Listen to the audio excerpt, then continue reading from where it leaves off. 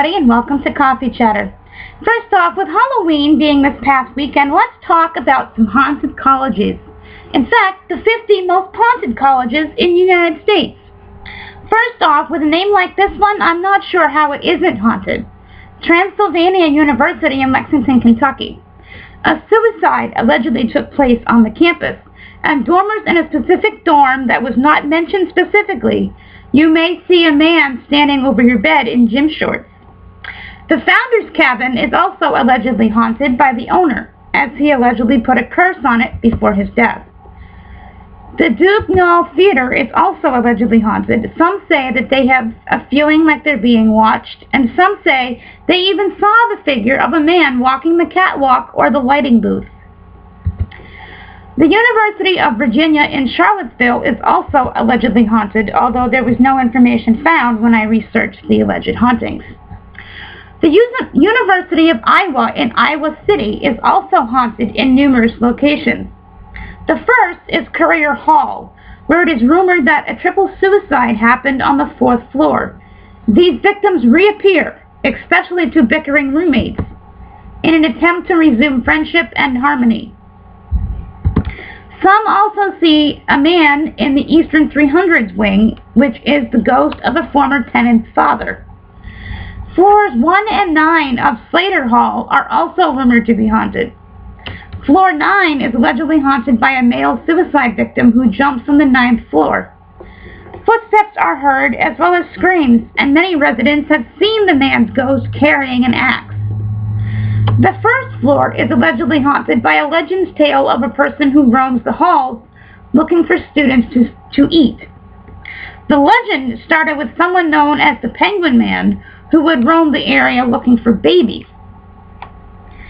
Flagler College in St. Augustine, Florida is haunted, specifically in Ponce and de Leon Hall.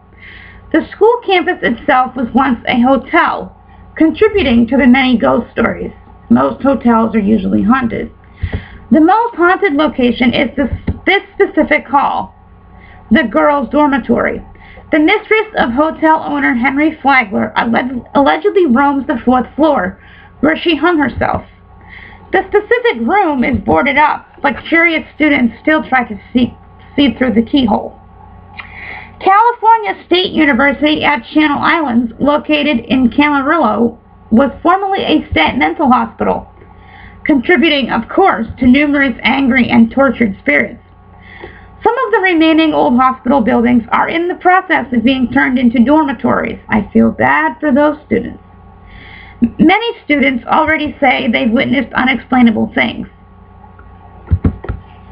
North Dakota State University in Fargo has 2 halls that are haunted.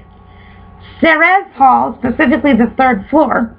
A man hung himself on this floor with a heating pipe during the Second World War. However, the basement of this hall is the worst of the 2 haunted locations, where the hairs stand up on the back of your neck upon entering and a strong feeling of fear. The next hall is Menard Hall, specifically the 4th floor attic, which was a dance room in the 1920s. A janitor found 2 people dead in this room one morning. Many curious students sneak into this room to hold seances. Feelings of not being alone are most commonly reported. Southern Illinois University at Carbondale is also haunted, although I could not find any background information to prove the claim. Wichita State University in Wichita, Kansas's ghost seems to be like to pester students. Many students complain of unknown footsteps and doors being knocked on, but nobody is there when they go to answer the door. Doors also open and close on their own, as well as televisions. A few have also seen the apparition of a woman in a gray dress, but when she is followed, she disappears. Wilner Auditorium is also a spot for paranormal activity. Several people have encountered audible voices with nobody there, as well as doors opening and shutting on their own. The lights also flicker. Yes, even Catholic colleges can have spirit activity. St. Mary's University of Minnesota's Heffron Hall is haunted by a priest that murdered Bishop Heffron in 1915. The hall was built in Heffron's honor. The priest tends to frequent the 3rd and 4th floors. St. Mary's is located in Winona. We all know Salem, Massachusetts is a very spirited town, so it shouldn't come as a surprise to know that Salem State University is haunted. Room 222 in Bodwich Hall is known for the ghosts of all 3 roommates that were found murdered in this room in the 1970s. Beds reportedly shake in the middle of the night, and loud banging can be heard from the walls.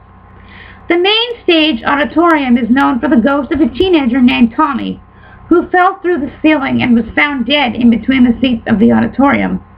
He is not harmful, just likes to cause trouble by making noises, moving things, and causing unexplainable problems in the theater itself. Another New England school comes in at number 40, the University of Southern Maine, located in Portland. The University of Alabama in Tuscaloosa's Quad is haunted. The ghosts of 4 Civil War soldiers allegedly haunt the Quad, as well as a man who hung himself that haunts the guard shack. A friendly ghost, believed to be Amelia Gorgas, whom the library is named after, haunts the library. She continues to work even in the afterlife. The Rose Hill campus of Fordham University in New York City is haunted. Sorry, Amy. Hamilton College in Clinton, New York's North Residence Hall is haunted by a messenger from the Revolutionary time period, who likes to walk down the hall of the 3rd floor. For those that can see him, occasionally he points at you before disappearing into the wall. Montclair State University in Montclair, New Jersey comes in at number 36. Not surprising either is number 35, Georgetown University in Washington, D.C. University of Maryland in College Park's Easton Hall is located where the location where strange noises are heard, and many people have seen objects move quickly on their own accord. Some see a figure walk through a door, while others heard the ghost. Kansas State University in Manhattan, Kansas, has a few haunted locations on its campus. The first is the Pi Kappa Phi frat house, which is haunted by a former fraternity member, Duncan, who died of a hazing accident. Likewise, the Gamma Phi Beta sorority is also haunted by an old house mother who was murdered by the cook. When students make chicken nuggets, screams can be heard. Female students are told to be cautious when entering the kitchen alone. University of South Florida in Tampa comes in at number 32. The University of Vermont, located in Burlington, has numerous haunted locations. The college-owned farmer on Spear Street has a multitude of ghosts living inside. The Agriculture Department, better known as the Bittersweet House, has a female ghost in late 19th century clothing that appears occasionally. The Center for Counseling and Testing has the ghost of Captain Jacobs, a seaman who died in the early parts of the 20th century. The Center for Natural Pluralism, also known as the Alum House, is haunted by a ghost on the top floor. A cold presence appears occasionally. Converse Hall is haunted by a former student who committed suicide there. The spirit turns radios on and off and fiddles with other electrical equipment. Coolidge Hall's dormitory has a few ghosts, including a male presence that likes waking up students by staring at them. The Grasse Mount House is haunted by a history of voices and doors, locking and slamming on their own on the 2nd floor. The Living and Learning Center's C section has strange noises happening under the staircase leading to Section B. Also haunted is Millis Hall's dormitory, which had a female ghost during the 1997-1998 year, but that ghost has since been removed. Redstone Hall's dormitory has a ghost that appears in the back staircase and runs through walls. He is not friendly with females and has been known to chase them away. Simpson Hall is the last haunted location at UV by a spirit of a man who stalked a young girl at one point and followed her to her room. Many students that stay in this specific room wake up with a sense of being watched, and the room turns ice cold. The University of Tennessee at Knoxville's Strong Hall is haunted by a spirit named Sophie, one of the first females to attend the school. She appears in the mirror every year on her birthday. Anyone who is assigned Sophie's room is nicknamed Sophie's roommate. Ironically, whoever gets that room usually only stays about a year before asking for a transfer. Cornell University in Ithaca, New York comes in at number 29. Illinois State University, although located in Normal, Illinois, is far from it, unless of course you count paranormal. Adkin Hall is haunted on its 11th floor, which is now used as a storage unit, by some negative presence. The fraternity house is haunted by a girl who died in the back stairwell. Mysterious whispers and footsteps are heard both in the stairwell and in her room. Also haunted is Williams Hall, which was originally the school's library. The hall is haunted by the librarian who likes to continue working in the library, having books shipped for rebounding. Iowa State University and Ames also have multiple haunting locations. The first being the C.Y. Stevens Auditorium, haunted by C.Y. Stevens himself. He enjoys being in the basement tunnels. Cold drafts and footsteps are ways he makes himself known. He can also be seen in the auditorium by performers and is considered to be a sign of good luck for a good performance. The Memorial Union Hall is also haunted. A low, eerie moan is heard from this hall, which is dedicated to past alumni that died in various wars. The Washington Square campus in New York City's New York University comes in at number 26. Loyola University, Chicago, located in Illinois. There is strange things happening on this campus, but the legend of a Jesuit priest committing suicide has been ruled out by paranormal experts as the cause due to lack of evidence. Miami University in Oxford, Ohio, has 3 halls that are haunted.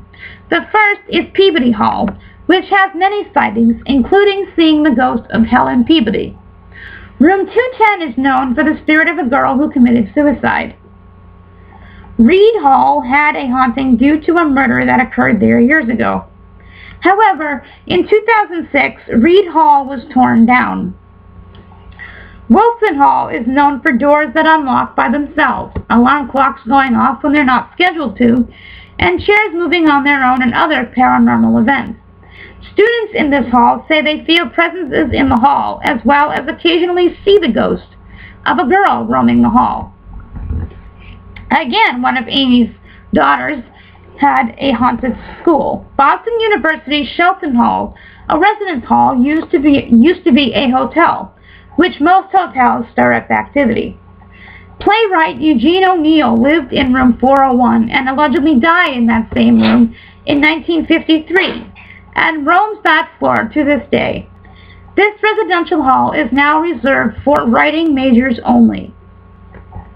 Indiana University at Bloomington's Career Center is said to be haunted by the ghosts of aborted children and women that have had abortions.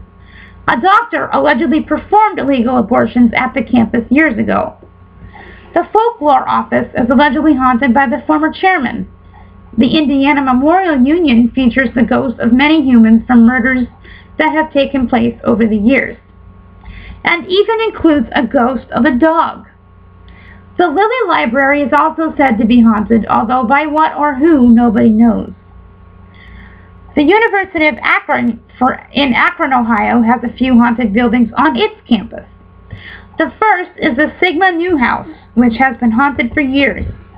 Legend claims a member hung herself in the boiler room.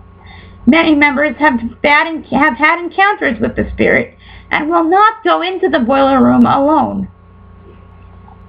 Likewise, the sorority house is also haunted. Girls that stay there have had plates thrown at them in the kitchen that break when they hit the wall. The attic's closest doors fly open and slam shut when nobody is around. Texas State University in San Marcos, Butler Hall is haunted. Residents claim to feel uneasy during the quieter hours. Also, the feeling of being watched in the laundry room is often reported. This one may come as a shock, but Notre Dame University is haunted, coming in at number 19. The University of Florida in Gainesville also has a few haunted spots, the first being the Beatty Towers. A girl committed suicide here by jumping off the towers into the street. Those who live in the towers often see a ghostly figure walking through the halls and even into some rooms. The Thomas Hall dormitory is also haunted. Residents complain about relentless banging on the heaters and radiators when they're not turned on. Norman Hall is the last haunted location at this school, which is now called the College of Education. It used to be a former elementary school where a tragic elevator accident took the lives of many children.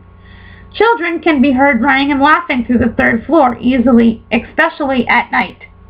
The elevator involved in the accident is still on the property. Likewise, the University of Tampa in Florida is very old and was once a hotel, where even a former president stayed. The second floor of the building is now blocked off due to its age. Tour guides, however, claim they see apparitions constantly. The Frank Theater also has some visitors. A woman who used to be an actress in the theater's plays, she hung herself. Some people see her apparition floating around as well as hear weird noises. The State University at New York College in Cortland, New York has a few odd occurrences to talk about. The first is a yearly visit in Clark's dorm building by a football player in full uniform with a gash on his eyebrow. He lurks the hallways and sits on the windowsill. Brockway Hall is also haunted, where a man appeared in the snack bar area, and when asked if he needs help, he disappears from sight. Cheney Hall is haunted by the spirit of Elizabeth, a former student and resident of the hall. Apparently, her boyfriend pushed her down the stairs in the early 1980s, causing her death. Those who view the mural of Elizabeth on the 4th floor feel uneasy. Within the past few years, another student also fell from the same 4th floor staircase, but this time she was unharmed. DeGrove Hall is reportedly haunted, although no official reports have been filed with the main office. The University of Montevallo in Alabama has a few hauntings, the first being in King House. Chills are felt when sitting on the bed. A book also occasionally falls from the bookcase and opens to a page about this particular haunting. Talk about creepy. The main hall is also haunted. A former student is seen in the hallways in a nightgown that is lit on fire when she accidentally spilled alcohol while baking fudge. Eastern Illinois University in Charleston has a haunting in Pemberton Hall. Clocks turn back in time, isn't that nice, on their own. Voices are heard in the halls and doors mysteriously lock after young girls enter. The actual location she was murdered on is blocked off, but you can still hear phantom music coming from a piano. Michigan State University in East Lansing has quite a bit of activity going on. The first is Holmes Hall, where on the 6th floor of the western building, two odd figures are seen after 3 a.m. What are students doing up that late? I don't know. They appear as shadows, but use both of the elevators, holding them for no reason. Hubbard Hall on the 12th floor of the southern side, lights go on and off, and sounds of someone running down the hall are heard, but nobody is there. Laughing is also heard. A man has been seen getting into the elevator and descending to the 9th floor. Mason Hall features sightings of an old man in the basement. Toilets flush by themselves and voices are heard in the hall. Mayo Hall has a strange presence felt in the basement. A female seen in the lounge is alleged to be Mary Mayo, whom the hall is named after. The University Garden is also haunted. Screaming is heard and strange dark figures are spotted. The Physical Plants Room 25 is where allegedly 17 puppies were slaughtered. On cold nights and Saturdays in July, starting at noon, you can hear children crying. Williams Hall is the last place of this campus to be haunted. Noises are heard from rooms that are unoccupied. Computers turn on and off on their own, and figures are seen in the halls and dancing in the old cafeteria. Night receptionists have reported the main hall's TV turning on and off on its own as well.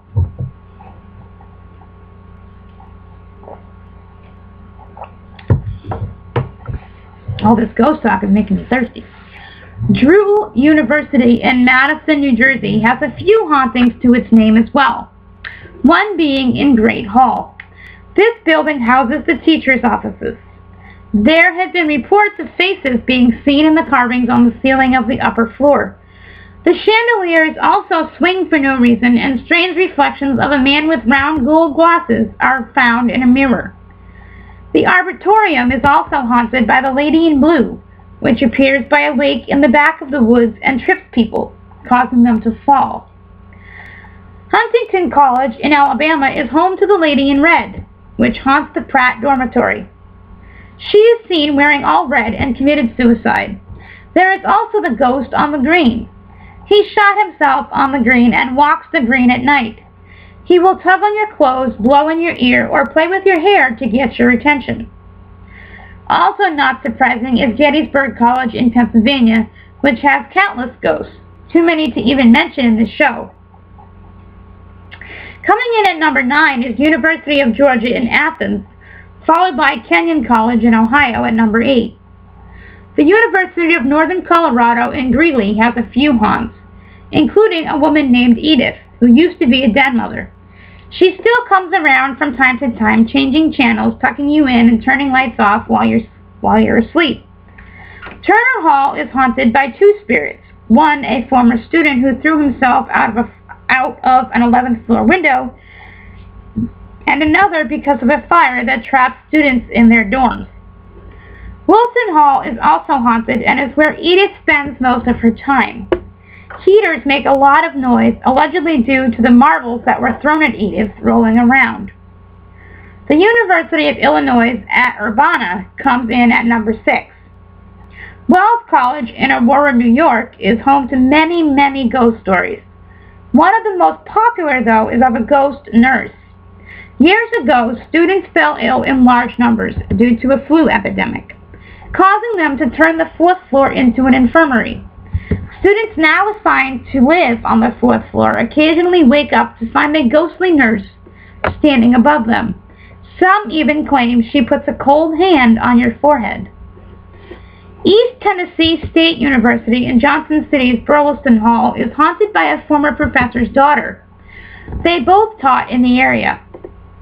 Gilbreth Hall is haunted by Sidney Gilbreth, the builder of the hall and its surrounding buildings. Uncle Sid, as he is known around campus, shuts all doors and windows when a thunderstorm is approaching. Lucille Clement Hall is haunted by the ghost of a young boy that died in an elevator. He is nicknamed Marble Boy and can be heard dropping his marbles on the ceilings of every room in the hall.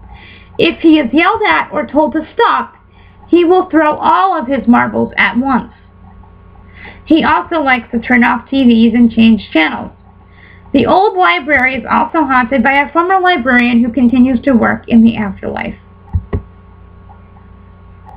Hollins University in Roanoke, Virginia comes in at number 3, followed by Pennsylvania State University in University Park at number 2.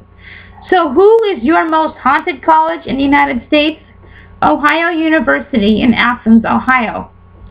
Washington Hall is haunted by a group of girls who were staying in this hall years ago while attending a basketball camp. They were killed on their way home and decided to return to where they had the most fun. They especially like to haunt the arch in Washington Hall. If you stand under it long enough, you can hear them laughing. Wilson Hall is also haunted. Reports include banging, cold spots, and blood appearing on the walls.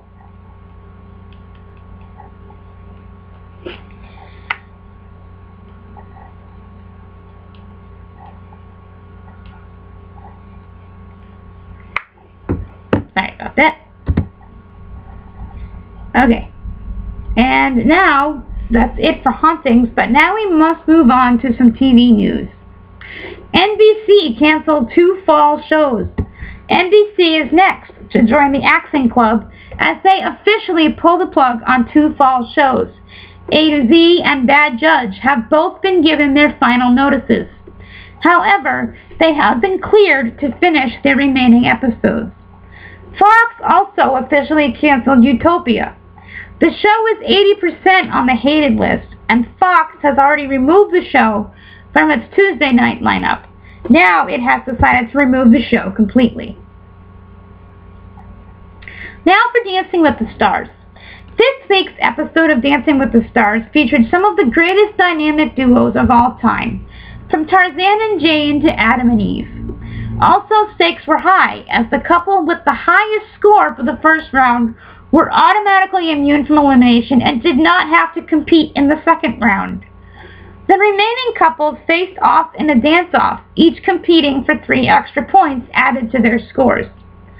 Starting off the dynamic evening were Leah and Artem, who danced a jazz routine inspired by the great duo Bonnie and Clyde.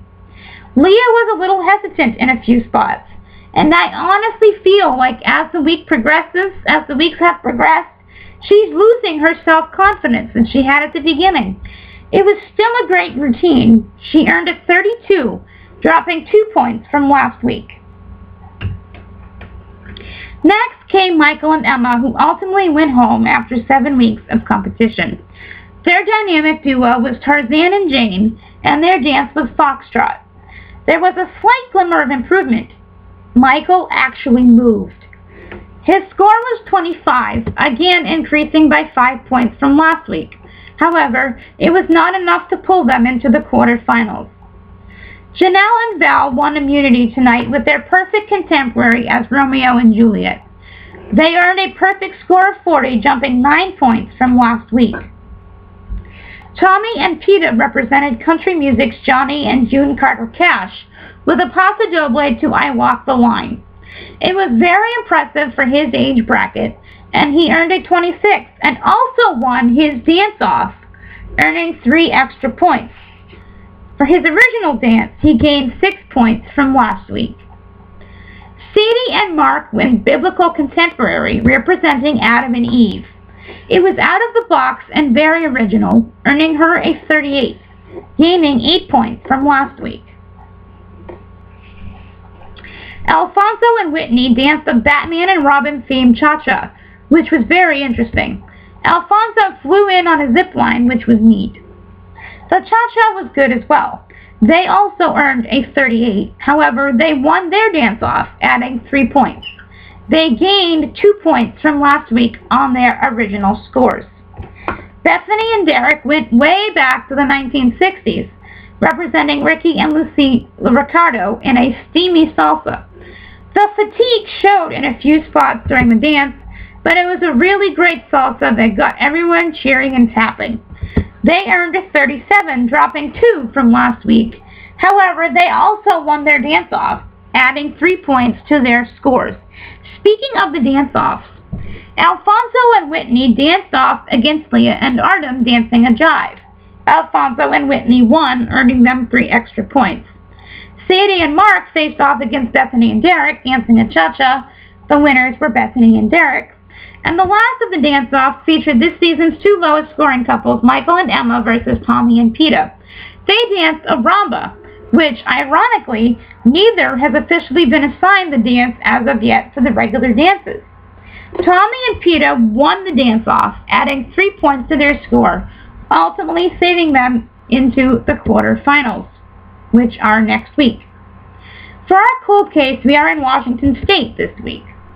On October 22nd, 1988, Robin Kenworthy's body was found about 11 miles up Ryder Road and Deer Flats Road, east of Gold Bar. She was known to frequent Pioneer Square, the Avenue in the University District, and the Fremont Fellowship in Seattle. She also worked as an exotic dancer in Seattle and King Company and was known to use the names Venus and Ginger. Family members last spoke to her on September 8, 1988. Call 1-800-222-TIPS if you have any information. You do not have to give your name. For a movie review, I started watching this movie because I was watching Brighton Beach Memoirs, but Netflix removed it before I had time to finish. So I started Diana, and was so into it that I finished it the same night, which is a rarity for me. I'm not 100% sold on how true this movie actually was, and personally I think they could have found an actress that looked a little bit more like Diana. Sean Killinger from QVC would fill that part quite well. But the movie itself was very well done. It focused more on her alleged divorce with Prince Charles than her actual life, but it was still a good movie. At least I thought so. For Reflection Corner today, our reading is from Romans 12, verses 3 to 13. For by the grace given to me, I tell everyone among you not to think of himself more highly than one ought to think, but to think soberly, each according to the measure of faith that God has apportioned. For as in one body we have many parts, and all the parts do not have the same function, so we, though many, are one body in Christ, and individually parts of one another. Since we have gifts that differ according to the grace given to us, let us exercise them. If prophecy, in proportion to the faith. If ministry, in ministering. If one is a teacher, in teaching. If one exhorts, in exhortation. If one contributes, in generosity. If one is over others, with diligence. If one does acts of mercy, with cheerfulness. Let love be sincere. Hate what is evil, hold on to what is good. Love one another with mutual affection. Anticipate one another in showing honor. Do not grow slack in zeal. Be fervent in spirit. Serve the Lord. Rejoice in hope. Endure in affliction. Persevere in prayer. Contribute to the needs of the holy ones. Exercise hospitality.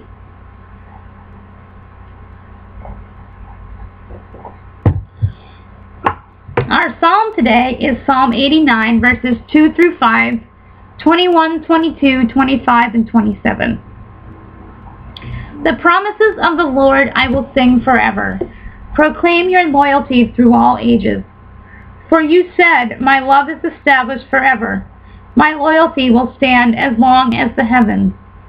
I have made a covenant with my chosen one. I have sworn to David, my servant. I will make your dynasty island stand forever and establish your throne through all ages. I have chosen David, my servant. With my holy oil I have anointed him. My hand will be with him. My arm will make him strong. My loyalty and love will be with him. Through my name his horn will be exalted. He shall cry to me, you are my Father, my God, the rock that brings me victory.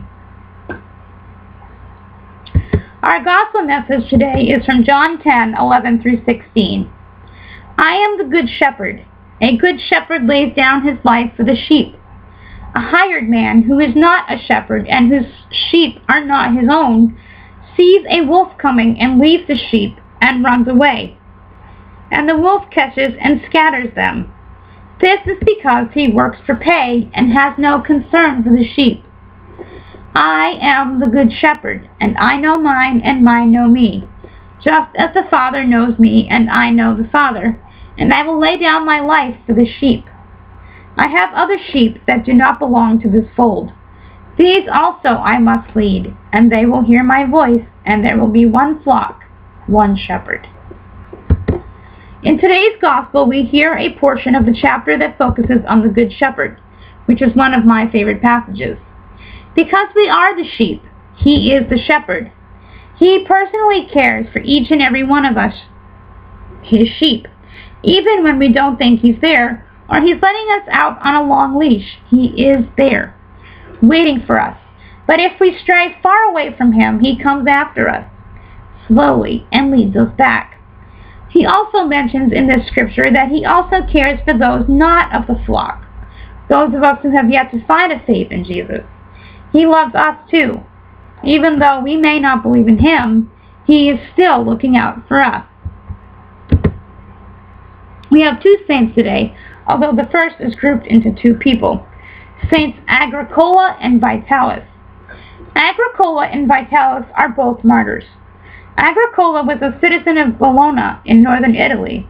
He lived during a time when Christianity was outlawed there, and Christian persecutions were common. Agricola was a devout Christian and a popular man who impressed many people, some of whom were pagans. Agricola's loving way inspired Vitalis, his slave, to convert, and Agricola taught him about Christianity. During one episode of Christian persecution, possibly in 304, government officials seized both Agricola and Vitalis and accused them of being Christians. The officials took them as prisoners to the local amphitheater. The soldiers singled out Vitalis and tried to get him to renounce his Christianity. Ever faithful, he refused, and they cruelly tortured every part of his body. In an attempt to intimidate him, Agricola had been forced to watch as his pupil was tortured. However, Vitalis' and Agricola's faith remained unshaken, despite the terrible torture. In agony from the wounds covering his body, Vitalis finally prayed to Jesus to receive his soul, and Vitalis died peacefully.